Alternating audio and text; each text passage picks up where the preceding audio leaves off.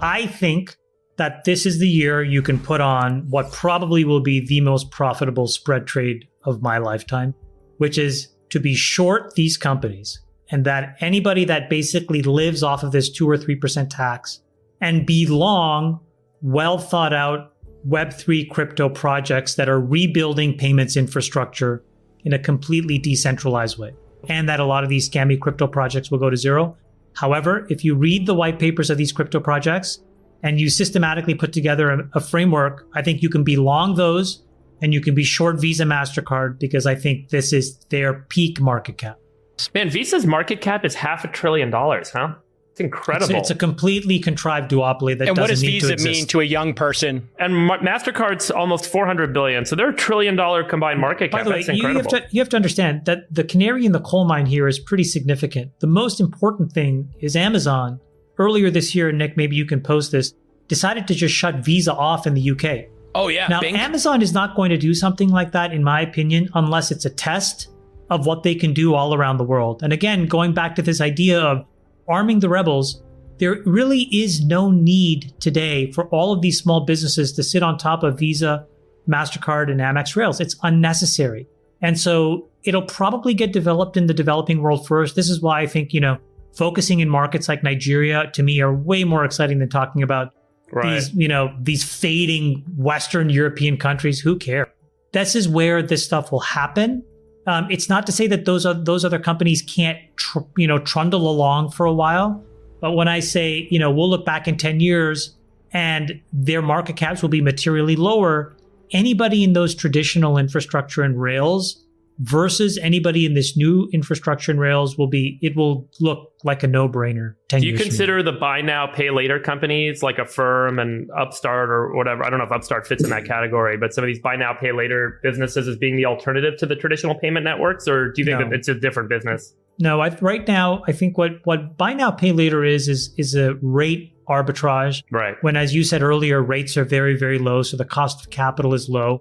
But it again starts to habituate the consumer experience to, I don't need to pay these usurious rates to these 3 credit card companies to facilitate a transaction of money that I already have or money that I'm good for.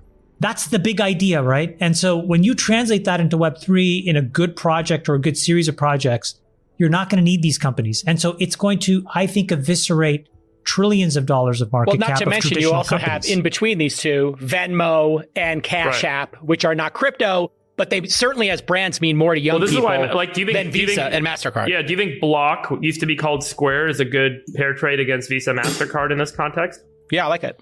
That starts to get closer to the truth. My perspective is you can kind of short anybody who's public, because anybody who's public can really only be public or will go public because they feast off of this artificial 2 or 3% transaction fee. Everybody does. The companies you want to be long are those private companies in crypto that you can read the white papers of, whose protocols have utility, and who's building some element of infrastructure that replaces a traditional business. As long as you can kind of build those things up. Balaji, for example, had a bunch of tweets this weekend where he was like, he has this idea for a mirror table. What is that? That replaces, cap table management. Right now, why is that important? Well, because it touches all of these really important KYC, AML, investing laws across all these countries in all of these places. It's just a very simple example of where the new company that actually builds that capability of these mirror tables will do so at virtually no cost. And so it'll have a 50-person team. And so they're not going to have offices all over the world. Their cost basis will be an order or 2 orders of magnitude cheaper. Let's face it, Visa and MasterCard became a tax. It took them decades and companies. Decades to have that power over folks. But I think Affirm does break that. Affirm breaks it because the people who are selling then decide, you know what? We'll give a little bit of a discount here to get more people to buy. Go ahead. They were the classic network effect monopoly business, right? Like they got the small businesses, they got the credit cards, and by extension, the consumers on the network. And ultimately, they created these absolutely locked-in networks. But as with all networks, complacency kind of drives innovation, and this fueled innovation that we're seeing is now starting to figure out ways to not just crack their way into the network, but to replace them with an entirely different model. Last point on this is not one where I think this disruption happens slow. I think it happens swiftly. Swiftly being 5 to 10 years? No, like in a year. Yeah, Chamath's point is really interesting. There are several billion people globally who do not have credit and who are unbanked. And so if you think about where this is more likely to come from, it's more likely to come from an innovative model in those markets that then ultimately finds its way into the developed world versus, trying to break apart Visa and MasterCard and go get these small businesses to switch out of them and so on. Before we continue, help us clicking that YouTube like button and subscribe now to our channel. This shows the algorithm that you valued this information. And it helps us spread that message. Sharing is caring. And now, let's continue.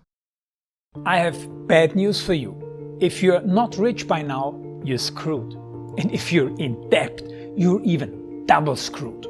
How so, you might wonder? Well, the sad truth is that you're working your whole life to make someone else rich. The mega corporations, the banks, the politicians, everyone is getting richer. They get your money. And what is even worse, they get your time, they get your life. You are not even in a rat race, you're in a financial prison. But what could a solution for you look like?